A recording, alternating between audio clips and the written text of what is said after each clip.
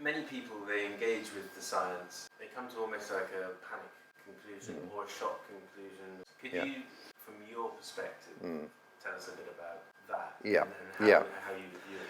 I think the first thing I must say there is that people vary enormously, but what you've just said reminds me of something that Clive Hamilton in Australia has said in one of his books, which is the oh shit moment, when the significance and the implications of what the climate science is telling us sort of hit home.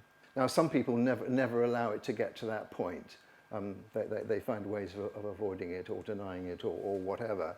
And all of us vary both in ourselves from moment to moment and amongst ourselves in the way we then process that information, that we are on a course to a very difficult future, and that finding a way off that course onto a better course is an extremely challenging proposition.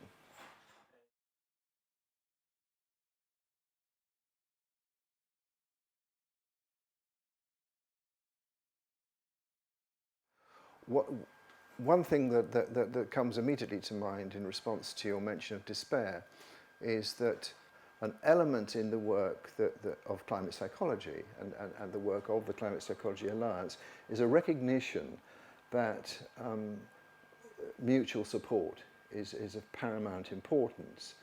And for instance, the work of Rosemary Randall and Andy Brown in Carbon Conversations is a very effective application of that, because what they realized was that on the whole, support in a process of recognition and response, which is in a sense very much countercultural, can feel lonely, daunting, overwhelming, and impossible. And the Carbon Conversations project and all that's brought with it as a key influencer of climate psychology is that we need to devise systems, patterns of communication, networks and connections in order to share and feel less isolated and less overwhelmed by the emotional reactions that are appropriately triggered by a full acceptance of what the science is telling us about climate change and the wider issue of the ecological crisis that's taking place on the planet. One term that's often used is cognitive dissonance. This kind of disbalance to reality. Yes. Is that something that you've got a view on? Or? Yes. Well, as you know, I watched the interview that you conducted with Kevin Anderson and Hugh Hunt, and covered that in the CPA monthly newsletter back in February. And Kevin Anderson used the term cognitive dissonance, and I suggested that although that's perfectly valid as far as it goes, that we might bring in the more psychotherapeutic concept of disavowal. That when we look at government, for instance, and this is an example of a psychosocial perspective, that we can see at the level of our political leadership a stated acknowledgement of the facts, but somehow a distancing of them. Are not following through and are not talking about them. I don't know whether we should be naming specific politicians, but an obvious example is that David Cameron, before he became Prime Minister, he did his hugging of huskies, and yet throughout his whole term as Prime Minister, he didn't make a single major speech about climate change.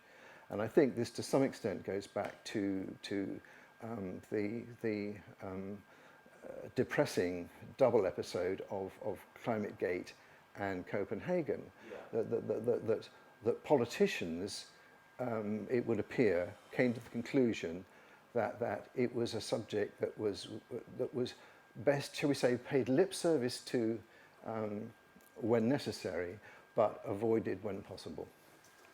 In terms of the public seeing that, and quite often that causes its own level of anxiety with people in the public.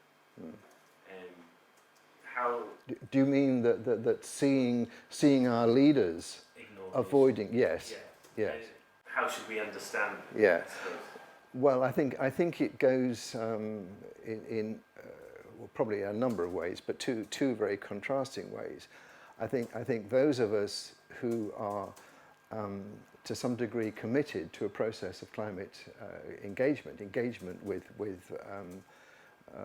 the realities as climate science tells us they are,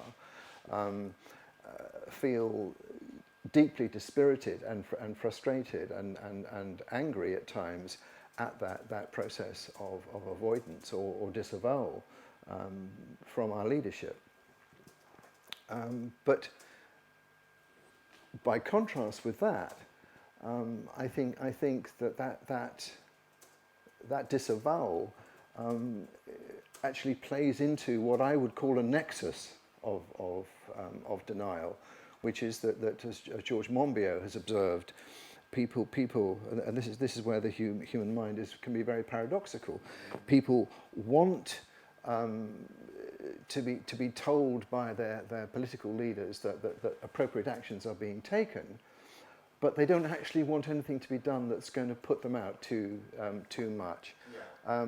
So it plays into that, and then of course there are other ingredients in the nexus, which is that whereas 97% of climate scientists are agreed on the fundamental conclusions, that the press is much more 50-50. And we get into the area of entertainment versus information, and I think it was Marshall McLuhan's idea that people their use of the media is akin to getting into a comfortable bath. It makes them, it reinforces their existing worldview and makes them feel comfortable.